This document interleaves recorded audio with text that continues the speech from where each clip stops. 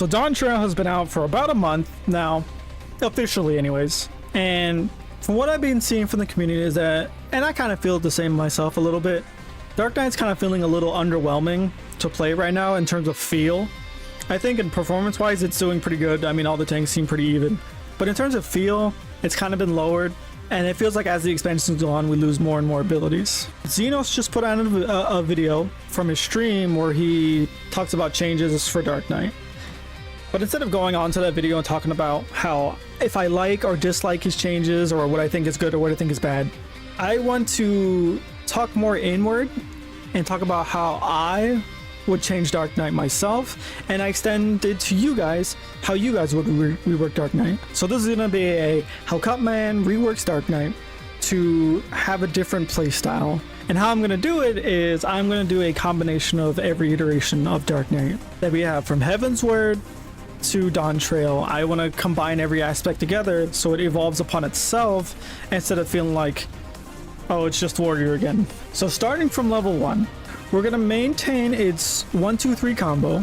As a job built around managing your MP, I kind of wanted to keep that the same. So just doing the same combo as filler to generate MP, I don't think is a big deal. I just want to add more MP usage. This is why at level 10, we're bringing back old Dark Side from Heaven's Word. You activate Dark Side, costs MP, and you get a 10% damage buff, and it drains your MP for as long as you keep it active. To the point where once you get 0, it goes away and you need to generate back more MP in order to rebuff yourself. At level 30, we're bringing in Blood Weapon in, and it's going to be a separate skill from Delirium later. It's going to be its own button, and it's going to be 5 GCDs, you get MP back, and you get blood. And for those 5 GCDs, your skill speed increases by about 20%. Shadow Wall and the AoE combos stay the same. Dark Mind, I'm going to keep it staying the same, because I feel like if you give it an overall damage reduction effect, later on it feels like you kind of just have it just makes it easy. You have so many buttons to reduce the amount of damage you take, and I feel like Dark Knight as a class, while its healing is not great, its amount of damage reduction I think far exceeds the other tanks in terms of ease, especially because everything's doing magic. Okay, not everything, but most things are doing magic damage. Living Dead is going to stay the same. I think its crit iteration is wonderful and I have no complaints about it. Salted Earth, I want 2 changes. For my first change, let me place it wherever I want. Bring it back to a ground targeted AoE. Let me place it where I want to. The reason for this is I can place it down ahead of time in terms of pack pooling and in terms of bosses. If the boss is going to move during the time I want to put it down, I have to wait for the boss to move, then put it down, or try and finagle it where I put it in between where the boss is going. And I have to go over there myself and do it between where the boss is and where the boss is going. Instead, just let me put it down where I want. And for my second change, I'm thinking 1 of 2 things.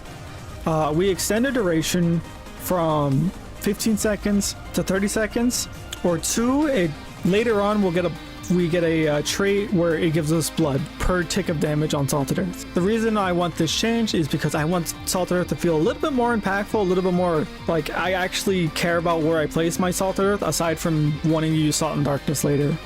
Shadow Stride, I'm sorry guys, I'm a plunge hater. I think Shadow Stride is good where it is.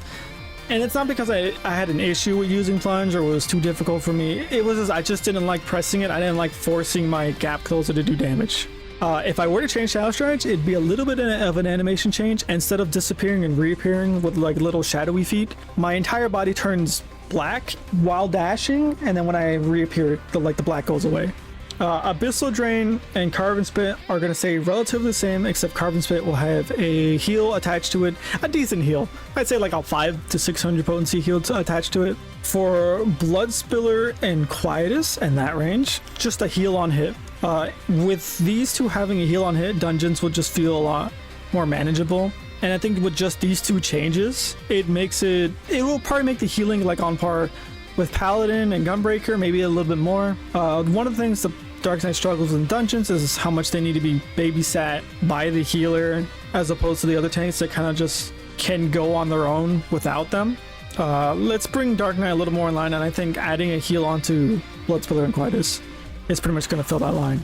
Backtracking a couple levels, because there was something I forgot, but I want to add back in Soul Survivor. Have it do the same effect it did in Stormblood, where upon expiration or my target's expiration, you give me HP and MP back. That'll let me play around with MP more, and honestly, it's the coolest animation in the entire game. I don't think anyone's going to complain about it coming back.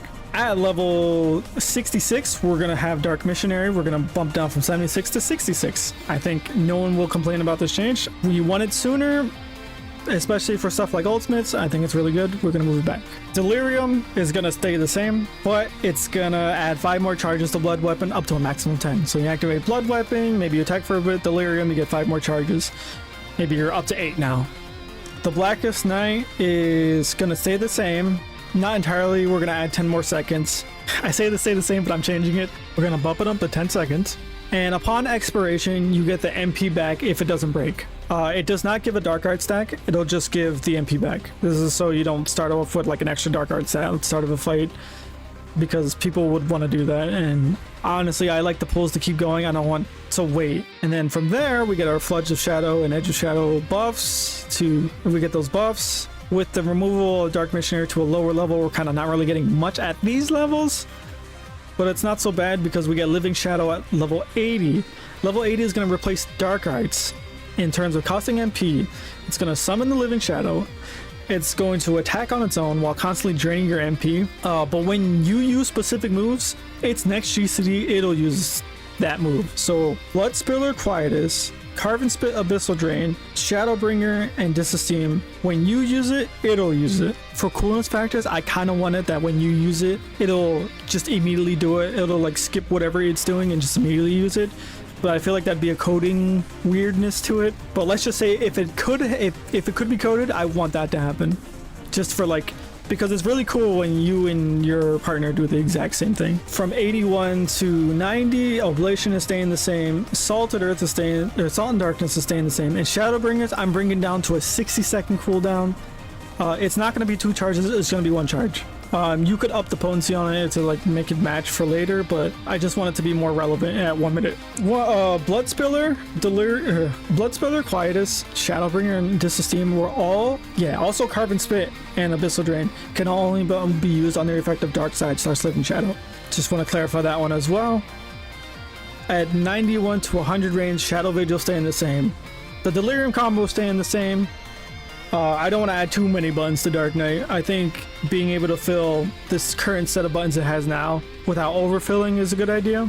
And then Disesteem, once again, is the same, but can only be used while under the effect of Living Shadow / Dark Side.